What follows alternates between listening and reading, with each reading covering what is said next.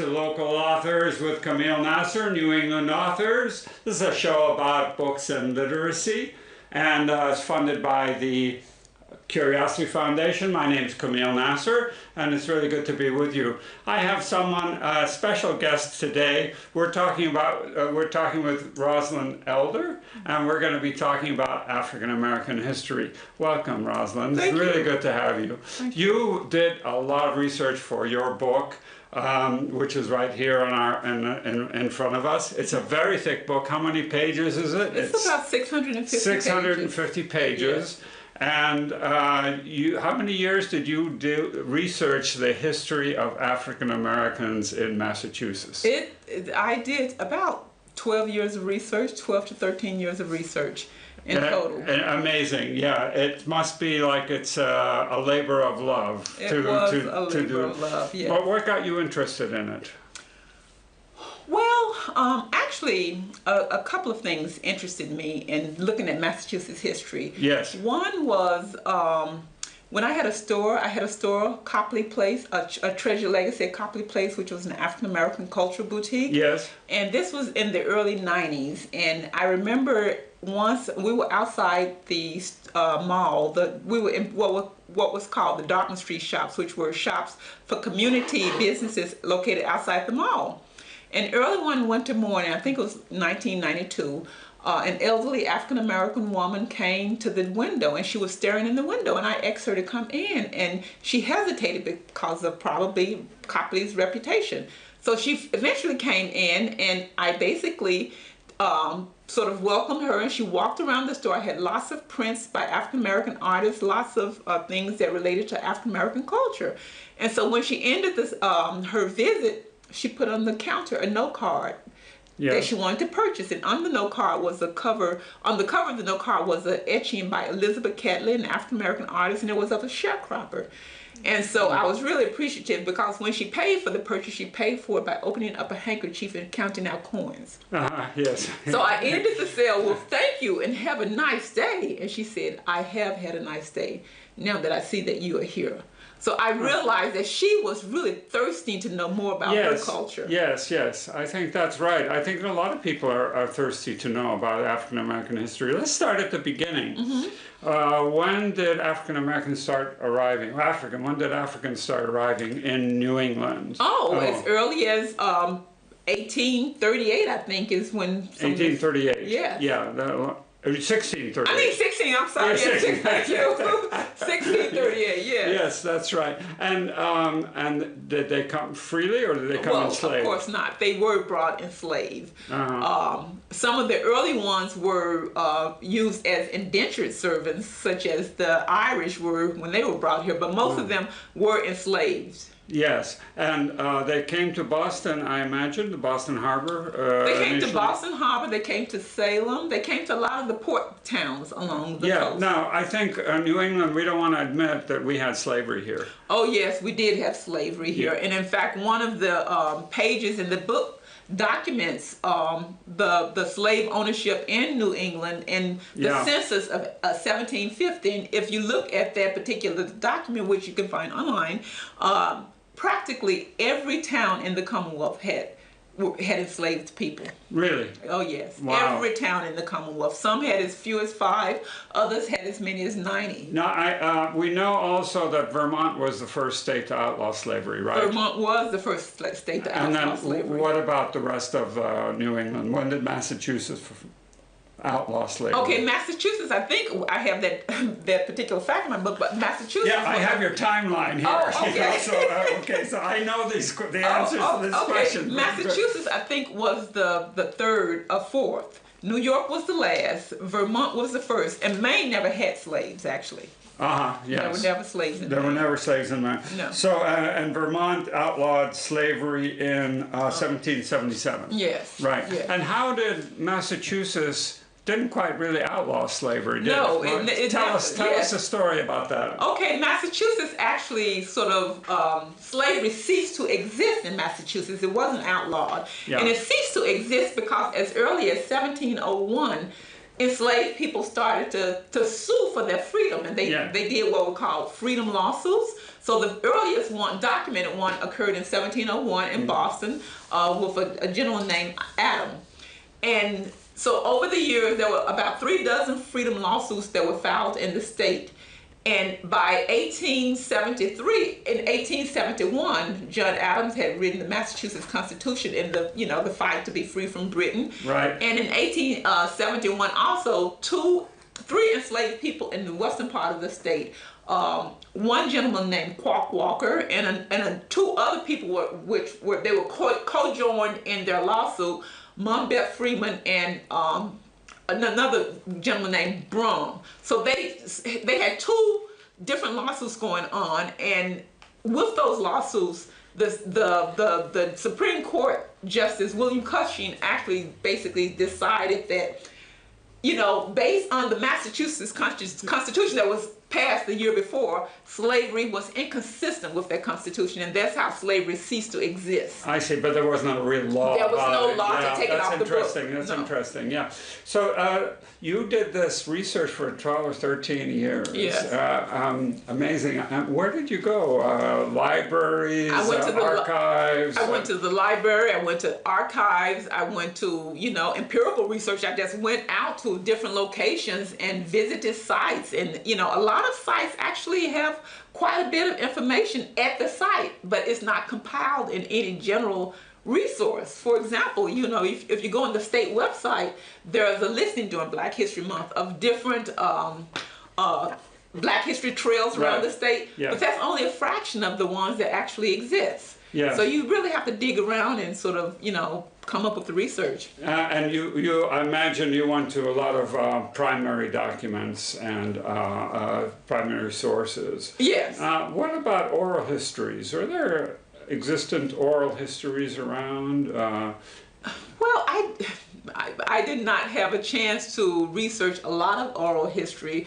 What I found, though, in doing my research was when I would visit places and come across people, they would say, well, didn't you may not know, but my uncle, or my uncle knew about something that happened in our family, back 100 years ago. Yeah. So there was a lot of, anecdotal information that people had, kept in their family and passed down, but it wasn't documented in sort of any consistent fashion. So it's hard to sort of use that as, a resource. So New England, of course, played a key role in abolishing slavery, and there was a big abolitionist movement. We know among white people there was but we're going to talk about the abolitionist movement among Black African Americans. But I want to talk also that New England and the whole New York, the whole region, we really benefited from slavery. The slave ship owners were from this area, and we bought cotton from the South, which was from enslaved people. Didn't we help slavery as well as being abolitionists? I think that New England's wealth was really built on the back of slavery. Yes. Basically, yes. From the earliest time up to the present. And in fact, I think recently Harvard just put a plaque up to document the fact that some of its, founders really? Yeah. sort of were benefited from slavery. And Brown University had this discussion at least 20 years ago. Yes. Harvard just got around to having it, And I think they actually talked about, they have actually changed the crest for Harvard Law School because it was based on the royal family that still has a property in Medford. The property is now a historical site, but that was the one of the a prominent place in the North that still has existing core residences for enslaved people. Yeah. Now, how did Blacks in New England? How did they help the cause of abolition? Oh, Blacks, African Americans in New England were some of the most radical of abolitionists. We don't hear about that. You don't hear about that, but there was a gentleman named Robert Hayden. His house is he lived in Beacon Hill, on Beacon Hill rather, and there's a plaque in his house. And he actually was escaped slavery in Kentucky. But when he came here, as did many other escaped slaves, he opened up a clothing store. Well, they opened up a lot of different business, but his particular business was a clothing store. Yes. But anyway, he and his wife had turned their house into a refuge for enslaved people. And he was so radical that when some bounty hunters came to his house, they had heard that he had some slaves, you know, in safety, and he was harboring slaves. He basically went to the front door, he pointed a shotgun under his porch, and he said, I have a keg of gunpowder there. If any one of you take a next step, I'll blow us all to smithereens. Of course, you know, they didn't risk that, so they went to get enforcement, and while they went to get the reinforcements, you know, they you know, allowed the enslaved people to escape, to find another hiding place. But the really radical people, you know, so tell us a little about, you told us how you researched a little, by the way, this is New England Authors with Kameel Nasr, and I have Rosalyn Elder here, who's written a wonderful book about exploring the legacy of slavery, African Americans. Yes. I'm sorry, African Americans. We so associate African Americans and slavery. It's just, I hope we can get out of it. We're going to talk a little about contemporary African American in the New England area as well. But tell me, so you went through all this. What did you find any surprises? Did you find anything you didn't expect to find? Well, yes, I did. The case of Belinda Royal in Medford in 1783, she actually filed for reparations. For the 50 years, for the 50 years she had spent as a slave, she filed for reparations because the royal family were loyalists and they escaped to Britain during the Revolutionary War, and they basically escaped and didn't leave any Social Security benefits for the people that they left behind. So she basically filed a petition with the legislature, the state legislature, for reparations for her 50 years of service, and she won. Really? Yeah, she won. Oh, that's great. Yeah. It beyond great. It was like fabulous. And you know, the idea that I didn't really start hearing about reparations until the 1990s. Yeah, exactly. Any other kind of surprises that came when you were researching this? Overall surprises? Well, I was just surprised by the eloquence and the intelligence, not the intelligence, but the eloquence of some of the people. Such as there was one lady named Maria Stewart. And she wasn't an abolitionist, but she was a speaker, and she was a speaker on African American pride, basically. Yeah. And one thing she gave several speeches in Boston in the 1830s, and she eventually had to stop speaking because she really wasn't getting the support that she needed. But in some of those speeches, she said things like, you know, it is not the color of the skin that determines a person, but the character of their soul. Now, if you read that quote, if you heard that quote, you would say, oh, Martin Luther King. No, this was Maria Stewart in 1830, okay? So, you know, and it was just very interesting. Yeah. All the things that I found out. And then there were other, you know, it's not just about the slavery, it was about all of the inventors. Jan Massacre, I'm sure I'm not pronouncing his name right, but he was a inventor out of Lynn that invented what's called the shoelaster machine. And his invention allowed for the production of shoes to go from being made manually and 50 pair a day to being made by machine, and they were able to produce 500 pair a day. So then, you know, that... Where was that? This was in Lynn. He was in Lynn. In Lynn, yeah. Lynn. Yeah, Brockton became the shoe capital, but he lived in Lynn. Yes. I see. Yes. Oh, that's very interesting. But that was very significant for, you know, the mass production of shoes. So shoes were no longer a luxury item, but it was something that everyone could afford. Yeah. So that really affected all of our lives. Yeah, and... were there other American writers? So let's see. I was going to ask you here. Go back to my timeline. Was Phyllis Wheatley? Was she the first one who wrote a book? No, she wrote the first. She's the first one to publish a book of poetry. The first African American to publish a book of poetry. Yes. Who was the first African American to write a book? Do you know that? Yeah, I have it in the book. I can't remember his name. Yeah. But it was actually a gentleman that wrote about his travels from the South Shore to the Caribbean islands to England and back again. Yes. I mean, it was basically a narrative of his travels, you know, being captured by pirates, and, you know, he had lots and lots of adventures. Yeah. Oh, that's good. Well, we could look at that in the book. Okay. All right. What else? What else have we got in the history? Oh, I want to ask you about the Boston Massacre, the famous Boston Massacre. So, African American was the first victim of or actually a mixed race person was the first victim. Tell us about that. Well, and we know that John Adams defended the British soldiers because he felt that everybody deserves defending. But tell us a little about this story. Okay, well, Crispus Attucks actually was escaped slavery in Framingham. Around. Oh, really? Oh, yes, he was enslaved in Framingham. Really? So there was still slavery in that time, in 1773?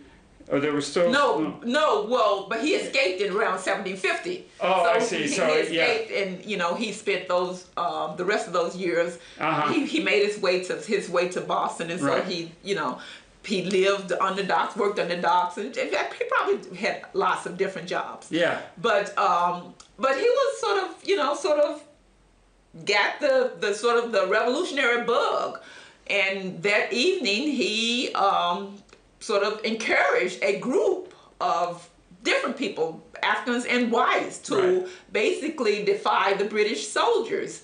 And as a result of that encounter, five people died. He was the first to die. Yes. But in John Adams' defense of the soldiers, he actually sort of memorialized, I feel, Crispus Attucks' participation, because he basically said this was the man that basically started this rabble-rousing crowd to sort of charge these soldiers. Right. And to me, that's saying this is the man that started this, you know, revolution, basically. Yes. Oh, that's interesting. So now you mentioned Adams, who is, I told you before, he's someone that I looked up to. What about the slave owners like Washington and Jefferson and Madison and Monroe?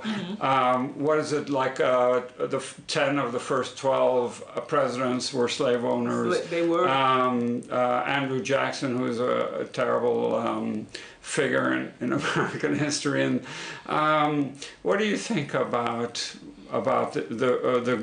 the Washington, those leaders? Okay. Well, they definitely were people of their time, and at that time, slavery was an institution in this country.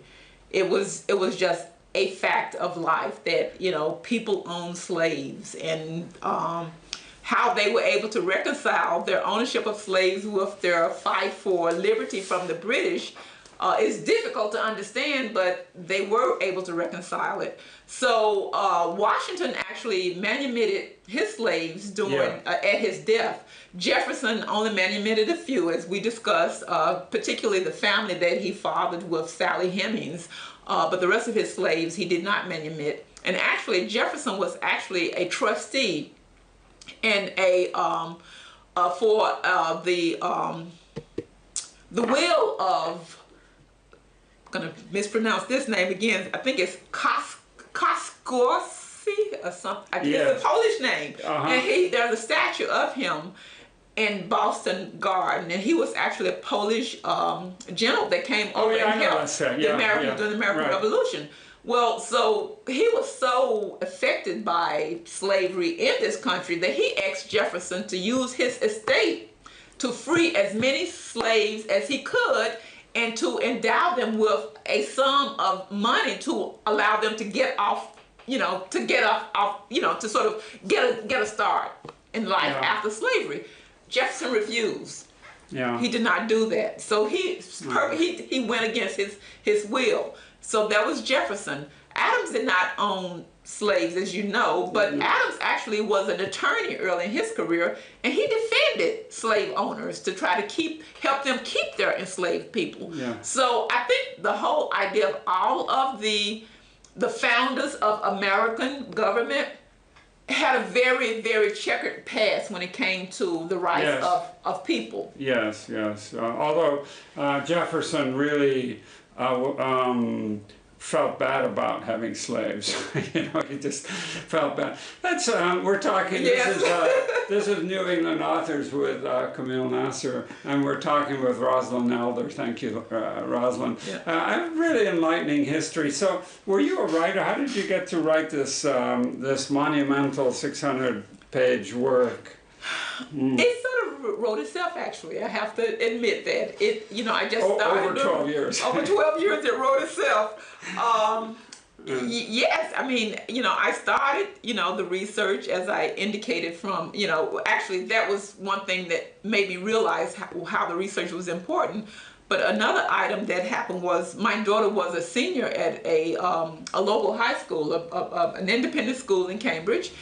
Predominantly white independent school, and one of her in her senior year, the students had in the school paper, they sort of, I guess for comedy or whatever they were thinking about, they drew a cartoon of a monkey driving a school bus in Africa. And she was outraged. Yeah. And she spoke she was asked to speak at the Martin Luther King breakfast, and she said, why is this happening in 2000? No, this was 1998. Yeah. When this happened, and I realized that I think that part of the problem is that more people, as W.B. Du Bois said, the problem with mankind is not that some men are poor or some men are ignorant, but the problem really is that man knows so little of other man. And I think that was the issue that led her schoolmates, her classmates to, draw this cartoon. And that's, I think, is the issue with a lot of people having ill-conceived notions of what other races have contributed to our society. Yeah, yeah. So let's go forward to the present day here. Do you think that the African American community deserves reparations? Do I think we deserve reparations? I think that the African American community has suffered in the hands of America. And because of the suffering, and when I say suffered, I mean there has been systemic racism in this country that really has limited the opportunity and growth. I wouldn't make that past tense. I'd make that there well, still yes, is. Exactly. It started a long time ago, and it still exists today. Yes. So you have to ask yourself, how do you turn that situation around? You have whole generations of people that are in poverty and don't have a reasonable education because they did not have access to the education. Exactly. In fact, Charles Hamilton Houston, which there's an institute at Harvard that is called the Charles Hamilton Houston Institute. Yes. He basically said the lack of education has been a systematic way that basically the haves have forced the have-nots to stay as have-nots. Yeah. So I have an opinion about this myself as well. But what form of reparations do you think would be appropriate? Well, for me, I think education is the key. I completely agree with you on this. Yes. I think that if kids, the stuff that I discovered in this book, and when I share it with people, they, oh, I didn't know that. Oh, I didn't know that. And I'm like, yes, it's out there to know. Yeah. And sometimes when I talk to people, African Americans about some of this history, you can see their chest sort of swelling up with pride. And I think that if that type of pride can be translated to the youngest kids, to tell them how much, their race has contributed to the overall society. Yeah. I think that could translate into them, having, doing, I want to say doing better in school, but it would contribute toward them having, better self-esteem. Doing better in school means they have to have better schools. I mean, you cannot stick a kid into a dump and say, learn this, because there's nothing to learn. Yes, I mean, yes, I know. I lived in a mixed neighborhood at one time, and the schools there were really, the ceiling paint was falling down. It was really awful. And at that same time, there was a rich suburb here, I don't want to name it, that was building a high school that cost $180 million. Okay. And it should have been the other way around. Exactly. You know, Exactly. and I think that's to those how, with the most need. I think that's how we deal with slavery, with reparations, is through education. Yeah. So what are you writing now? Are you working on some other project, or what's your? Well, you know what I'm interested in doing is looking. I mean, the history of these people just fascinate me so that I want to go in and look at some of their more individual histories and sort of recreate their life in sort of some maybe some historical fiction. Because, you know, and can I just read one poem by Phyllis Wheatley? Do I have time? You got a minute here. Well, okay, I won't read the poem then. Yeah, just tell us. Okay, tell us about but it really talks to how she was basically, you know, kidnapped from Africa. Right. This is Phyllis, and she was saying, you know, the pain that kidnapping must have left with her parents. You know, it's hard for her to fathom. So she was not some happy person, sort of living the happy life on Beacon Hill with her, you know, happy white, you know, enslavers. She talked about the pain that her parents must have felt with their child being kidnapped from them. And that's just one individual who had the gift of poetry. Just think about all those other individuals who were not as gifted and were not able to articulate, you know, the suffering that their families were left with. Yeah, okay. We're coming close to the end. It's been really a pleasure to having you here. Thank you. This is New England Authors with Kameel Nasr. Rosalyn Elder has been my guest. You also have a coloring book for kids. You have a calendar of African American activities. And I'm getting ready to put out a series of posters and note cards and magnets and T-shirts. All right. Well, thank you, Rosalyn.